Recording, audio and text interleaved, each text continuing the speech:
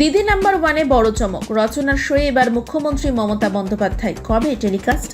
বাংলা টেলিভিশনের 1 নম্বর শো দিদি number one দীর্ঘ বছর ধরে এই শোয়ে মন জয় করে এসেছে দর্শকদের। রচনা বন্দ্যোপাধ্যায়ের এই শো এতটাই জনপ্রিয় যে সাধারণ মানুষ থেকে সেলিব্রিটি সকলেই মুখিয়ে থাকেন অংশ নেবার জন্য। শুধু তাই নয়, শোয়ে বহু মানুষের অজানা গল্প, নানা ধরনের মজার গেম, জীবনের অজানা গল্প জানা যায়।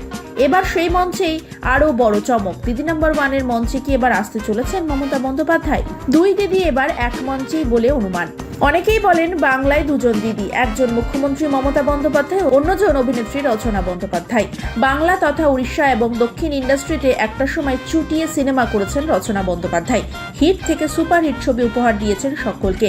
বড় পর্দার পাশাপাশি ছোট পর্দাতেও নিজের কাজের ছাপ রেখে গিয়েছেন তিনি। দিদি নাম্বার ওয়ান এখন টেলিভিশনের অন্যতম জনপ্রিয় অনুষ্ঠান, যেখানে অংশ নেওয়ার জন্য রীতিমতো মুখিয়ে থাকেন সকলেই। সেই মঞ্চে রাজ্যের মুখ্যমন্ত্রী মমতা বন্দ্যোপাধ্যায় আসবেন, এটা সত্যি দর্শকদের জন্য একটা বড় চমক বলা চলে। সূত্রের খবর, চলতি মাসের 21শে ফেব্রুয়ারি দিদি নাম্বার ওয়ানে আসতে পারেন মমতা বন্দ্যোপাধ্যায়।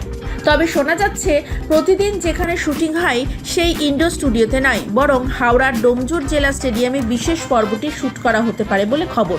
শুধু তাই নয়, মুখ্যমন্ত্রীর নিরাপত্তা যাতে কোনোভাবে বিঘ্নিত না হয় সেদিকেও বাড়তি নজরদারির ব্যবস্থা করা হচ্ছে।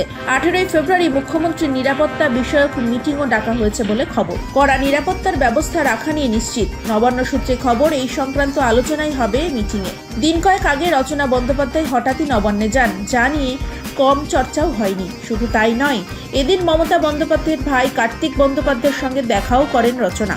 সেই সময় যদিও অভিনেত্রীর রাজনীতিতে যোগ নিয়ে নানা চর্চা উঠেছিল, তবে সেই জল্পনা উড়িয়ে রচনা জানিয়েছেন এরকম কোনো ব্যাপারই নেই। কোনো দলে যোগ দেওয়ার জন্য তিনি আসেননি। তিনি জানান চ্যানেলের তরফ থেকে এসেছেন দিদির সঙ্গে দেখা করতে।